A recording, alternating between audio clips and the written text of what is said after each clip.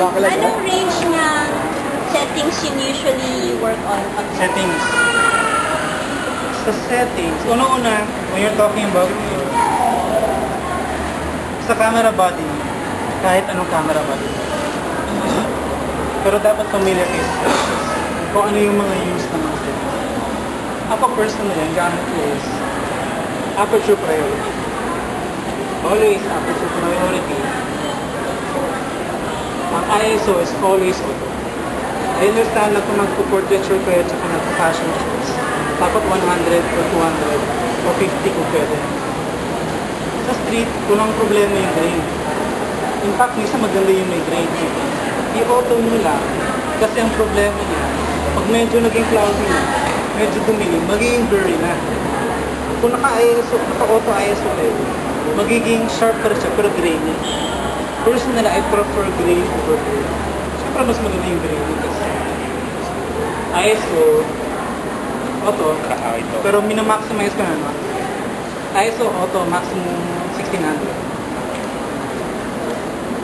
Tapos, TV, gusto nyo minus 3, minus 7, minus 0.7. Yung legal kasi tendency yung nag-overexpose siya. So always depende sa amin. So always minus 0.7. Ano minus ano? 0.7. Sa EV. EV. EV compensation. Exposure compensation. Exposure value. Minus 0.07. Minus 0.7.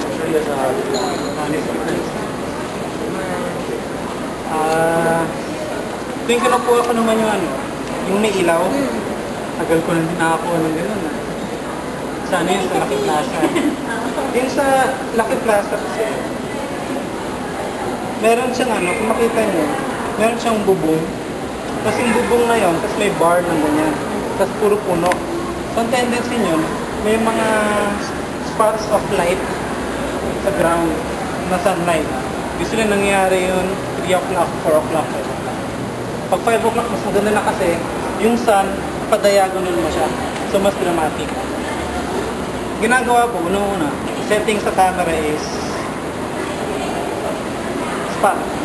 Naka-spot metering. Tapos yung EV ko, minsan nagma-minus 2 ako niyan. Tapos, yun. Tapos yung aperture, tinataasan ko.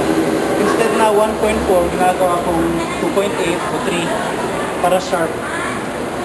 Ang tendency kasi yun, kung spot metering, may dumaan na tao sa ilaw, in a predominantly shaded area, syempre ang gagawin ng camera, the camera will make sure na tama yung exposure kung saan ka nakafocus.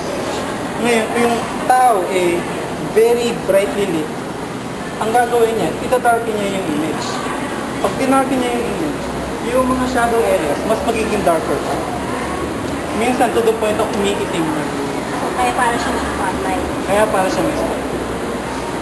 Ganun yung style. Kung medyo hindi permitting, akit nila yung contrast. Pero most of the time talaga, ganito. Parang straight from the camera. Sana nilagay ko dito straight from the camera, makikita nyo agad ang itim ng background. Tapos, ganda na naman, ganda na yun. Yun. Training. Tayo ka ba ngayon? Inis ko man pero yun ito ng tendency pag wala akong payo. Kasi naman weather. Oo. Tendency pag wala akong payo, tapos umulan, takbo ako sa 7-Eleven. Bila akong payo. Dami nyo na palang payong, sir. Ang dami ko ng payo para ito. Sa bahay, ang dami ko ng payo. Sino gusto bumili ng payong? Signed by Sir Danny. May value na yun, may value. Usually, nakikita ko kasi, pag cloudy siya, simula kang cloudy, hindi yan uulan. Hindi yan uulan.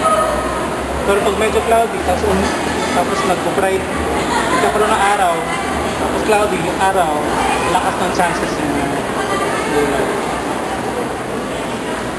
So kung umulan, usually ginagawa ko payong camera.